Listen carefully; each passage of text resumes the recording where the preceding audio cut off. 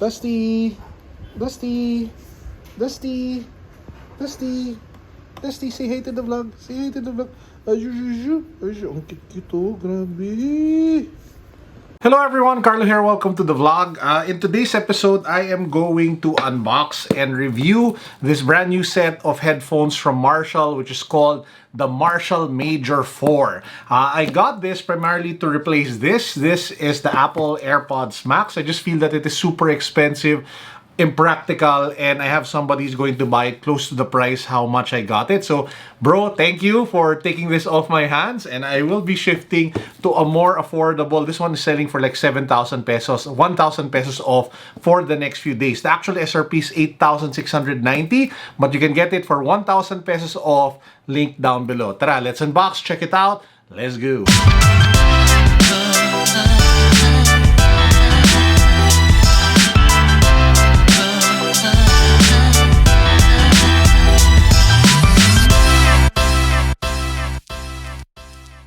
Now, while we are unboxing this, wow, Matteo Guidicelli levels, just a few things about Marshall. So to those who don't know, the young people in the room or in the video, Marshall is, well, an audio brand, and they became super famous with their amplifiers for musicians, specifically for guitarists. Now, when I was in high school, I used to play the guitar a lot, and I had an electric guitar, and my dad was also a guitar player, and he always had his Marshall amplifiers at home. That's why just seeing this brand is so nostalgic.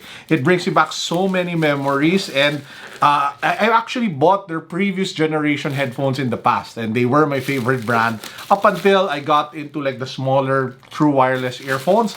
But yeah, super excited to check this one out. By the way, shout out to Digital Walker and Beyond the Box for sending over this review unit again of the Marshall Major 4. Main selling points of the headphones are actually written 80 hours of wireless playtime.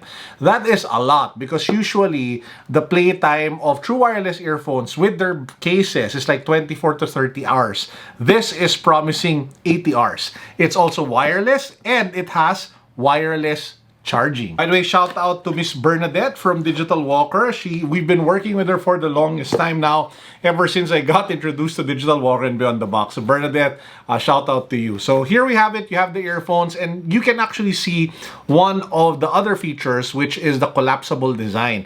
The great thing about the Marshall headphones is that they are you can easily fold them up, so you can store them quickly, and you know, they're very hassle-free to bring around. Let's take a closer look. As you guys see, there is some sort of like leather over here at the top of the band. This is padded underneath so that when it sets on the top of your head, it is comfortable. The actual earphones have faux leather as well, some sort of like metallic material or hard plastic for the exterior of the cups, and you have the Marshall logo and a really nice gold knob here, a throwback to their Marshall amplifiers. What else is in the box? You have a cable if you want to listen to your headphones using a cable, and it also has a USB-C to USB cable for charging. Now again, you can charge it via USB to USB-C, or you can also use key wireless charging. This is also the least confusing headphones to use because it just has one button. Isa lang. No multiple controls. You just press it, and then it will start to pair with your phone, or there's a light that goes on, and then you can pair it on your device. So the Marshall Major 4, just like the 3.2 and the first generation, is on ear. So it doesn't cover your entire ear. It just sits somewhere in the middle. So it looks like this. That's what it looks like. A very nice fit. It's not noise cancelling, but it is enough to block significant sound from the outside. This one is very straightforward. It's all about audio quality, and we are going to test that right now. So I was listening to Post Malone's White Iverson, and here are the immediate things that I noticed. First, it is powerful. Usually with other wireless headphones, even if you max the volume on your iPhone, you don't get that, you know, the power of the sound that really lets you immerse in the music and in the lyrics of the artist. This one, it's just at like 60%, and ang lakas niya na, guys. Really powerful sound. Second, the bass is punchy, but it is not too, you know, overwhelming and not too overpowering. I love the details. I love the highs. I love the mids. Very clear, very distinct.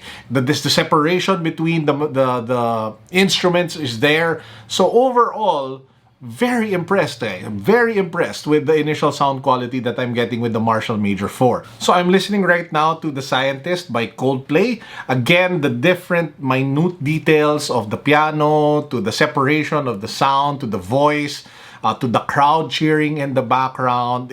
While it doesn't feel like you're in the concert itself, I mean, come on, it still is, I mean, spectacular given the price and given the overall quality that it is wireless. So again, in terms of sound quality for soundtracks like this, you know, the more mellow, cheesy type of sounds, panalo. So listening to Highest in the Room by Travis Scott. So one of the best parts of this track is when the intro, well, ends and then, you know, all of the instruments start playing with the bass.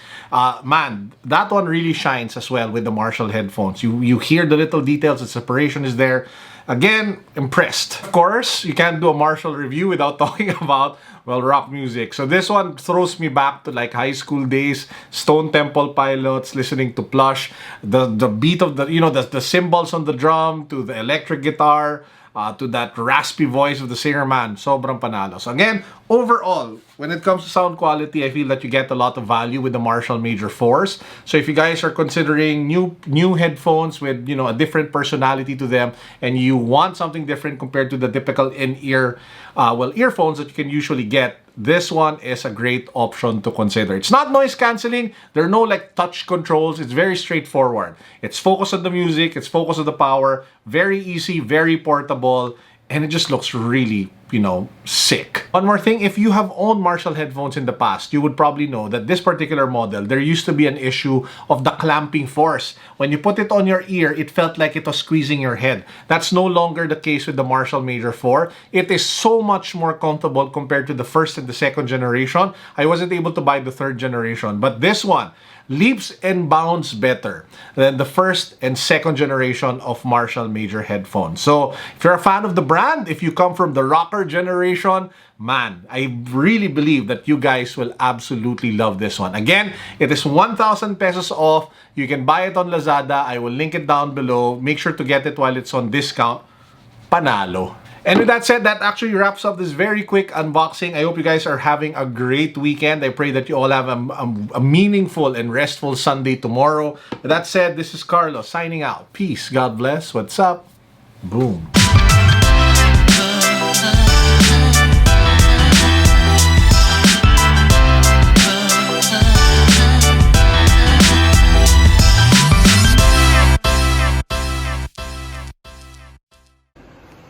Sikat ka na, Dusty, ah. People are looking for you.